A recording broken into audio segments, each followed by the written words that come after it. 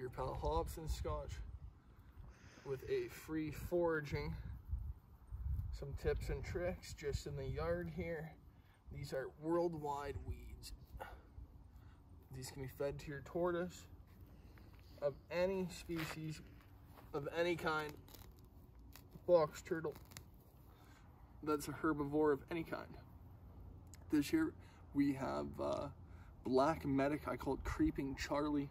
It is a split up root and it just crawls, but it's a moderate food, can be fed to any tortoise. They don't mind it. It doesn't dry out that great. Here we have a dandelion. Dandelion is a moderate, it's high in oxalates, but it's edible by even by us. But as a moderate feed, it can be fed weekly or better yet, just monthly to any species of tortoise. We have an entire pail full here. We'll look in this corner here. There's usually a few goodies here in this corner. Here we have a giant dandelion. Once again, dandelions have a taproot, so you need to dig underneath. I like a spoon or a screwdriver, but see, I missed the entirety of the taproot. That one will be back. Here we have a few more dandelions that we'll just nip while we're here, because if you don't do this daily and you don't use chemicals, they will be back. Ooh. So come zoom close in on this one. This is a prickly sow thistle. This here you do not want to touch with your bare fingers. So reach underneath it, and the entirety of this is tortoise safe to feed. This is a safe everyday item, and do not worry about their eyes, do not worry about their mouth. It has no ill effects to them. This is a taproot. Because of it, I only feed this to my adults. Look at that. So that's a fight to get that out. But you wouldn't believe that it will just disappear. The adults, I've never seen any babies eat it yet, but the adults, sayonara.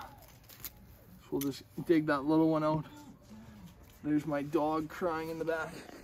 See, looking here, this here is just wild lettuce. This is a no feed. You can tell just the plainness of the leaves, whereas I'm dodging that sow thistle there. A dandelion, you can identify the dandelion, of course, by the yellow head, but the spade-shaped leaves. And that taprootish figure. They have little itty-bitty hairs as well down at the bottom of the spade, whereas a wild lettuce grows as a taproot as well, a rather deep and aggressive one. Deep and aggressive taproot. And you can just tell, it'll just keep growing taller and longer and more of these. Wild lettuce, no feed. Refer to the Tortoise Table app. See the link below to find out why that is a no feed if you're curious, or more about moderate, safe, daily, or occasional feeds.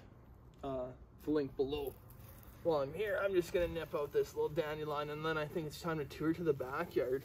When you're foraging for feeds, it always helps to just leave a little bit behind. If not, then none might be there the next time you go. Oh, one more medic. This Creeping Charlie, I call it Creeping Charlie because if you leave it, it just keeps moving, and it's that time of year. So just like that, that's multiple tortoises food for a few days. And we didn't really pick the lawn that well, all in all.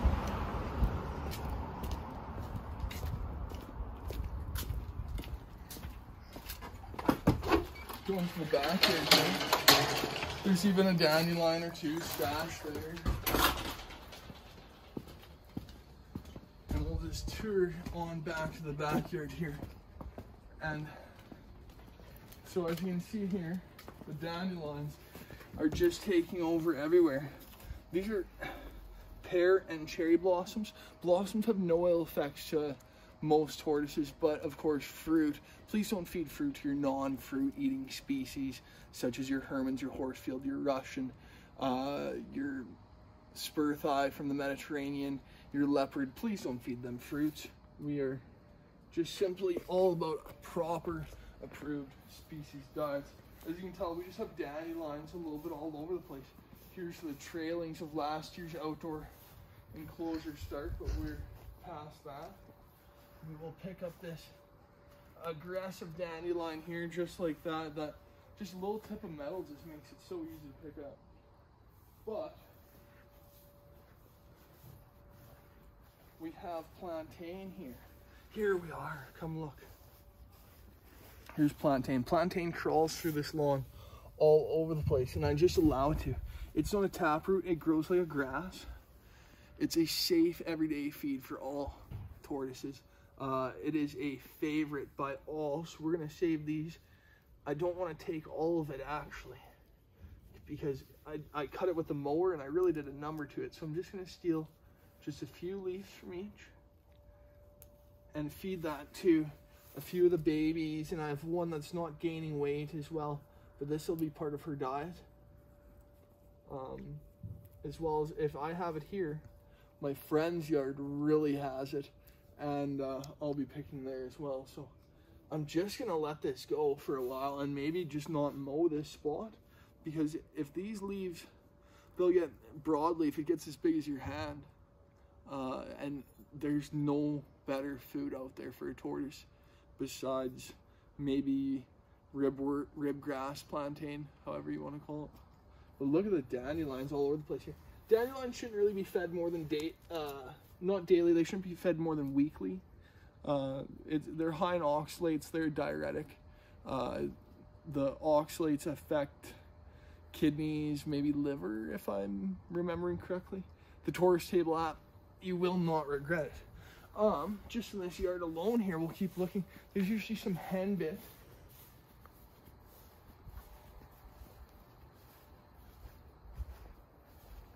Dylan's yard used to really grow good stuff, but look at here, we have in flowers some pansies or violas, and you can tell they're pansies or violas by, once again, another form of a spade-shaped leaf.